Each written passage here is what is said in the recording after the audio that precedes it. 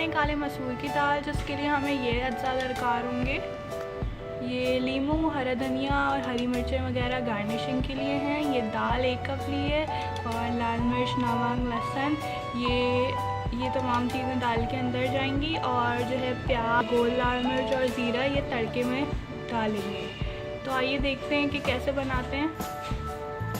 ये दाल को वॉश करके अच्छी तरह से इसमें पानी ऐड कर दिया है। 2 से 3 कप है पानी। अब इसमें इसको बॉईल करेंगे। इसमें लहसुन और थोड़ा सा प्याज और टमाटर वगैरह डाल के इसको बॉईल करेंगे। उसके बाद फिर इसको घोटेंगे। ये इसमें 3 लहसुन के जवे ऐड कर दिए हैं। ये प्याज ऐड कर दिया। अब इसमें बिल्कुल छोटा सा प्याज था, उसको ऐड किए। ये 2 टमाटर इसमें ऐड करेंगे। आप ज़रूरी नहीं है टमाटर ऐड करें, आप लेमन भी ऐड कर सकते हैं और इमली भी ऐड कर सकते हैं, बट हम टमाटर ऐड कर रहे हैं। इसमें अभी लाल मिर्च और नमक ऐड किया है। फिर थोड़ा सा ऑयल ऐड करेंगे। ये ऑयल ऐड कर दिया है। अब ये टमाटर ऐड कर दिए हैं। जो इंग्रेडिएंट्स आपको दिखाए थे वो की इंग्रेडिएंट्स थे।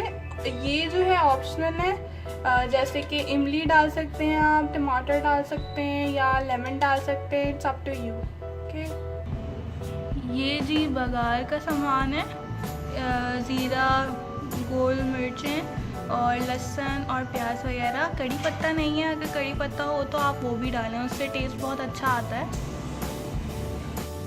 आप आधे घंटे बाद चेक करें बॉईल करने के कि वो गल गई है, तो उसको घोट लें और पानी डाल दें। ये थोड़ी गाढ़ी रखी है, अगर आपको चावल के साथ खानी हो तो आप थोड़ी पानी और ज़्यादा ऐड करके आप उसको थोड़ा पतला कर सकते हैं।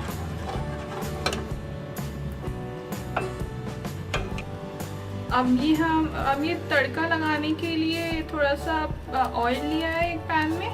इसमें प्याज ऐड करेंगे, ज़ीरा ऐड करेंगे, लहसुन ऐड करेंगे और मिर्चें ऐड करेंगे।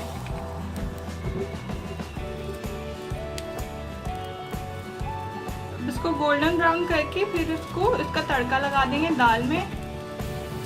ये देखिए तड़का रेडी है। अब इसको जो है हम दाल में ऐड कर देंगे। दाल में से पहले हरी मिर्चें और हरा धनिया ऐड करेंगे। अब ये दाल में हरी मिर्चें, हरा धनिया और लेमन जूस ऐड कर दिया है। अब इसके बाद तड़का लगा देंगे।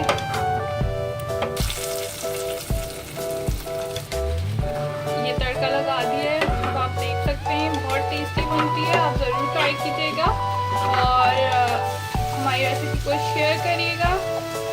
अगर आपको हमारी ये रेसिपी पसंद आई हो तो प्लीज़ हमारी वीडियो को लाइक करें, शेयर करें, कमेंट करें और हमारे चैनल को सब्सक्राइब करें और हमें दुआओं में ज़रूर याद रखिएगा। अल्लाह हाफ़िज़।